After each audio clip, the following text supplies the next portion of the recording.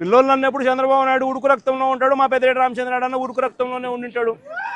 తపానాలు పీకింటాడు, ఏం తప్పే ఉంది ఆ టైంలో జరిగింటాయి. నిబ్బాలాగా మాట్లాడద్దు. ఈ రోజు పెద్దిరెడ్డి రామచంద్రారెడ్డి గారి గురించి, చంద్రబాబు నాయుడు గారి గురించి మాట్లాడతా నువ్వు అప్పుడు పుట్టున్నావయ్యా.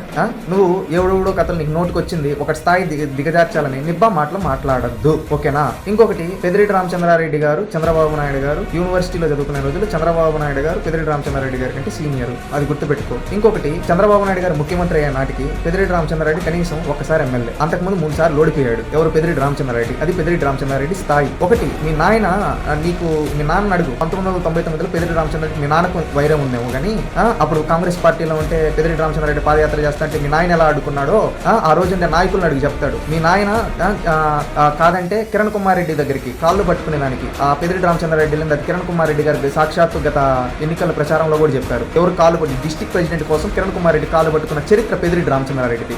అప్పటికే ముఖ్యమంత్రిగా చేసే చంద్రబాబు నాయుడు గారికి పెద్దిరెడ్డి రామచంద్రారెడ్డికి పోలిక జగన్మోహన్ రెడ్డి.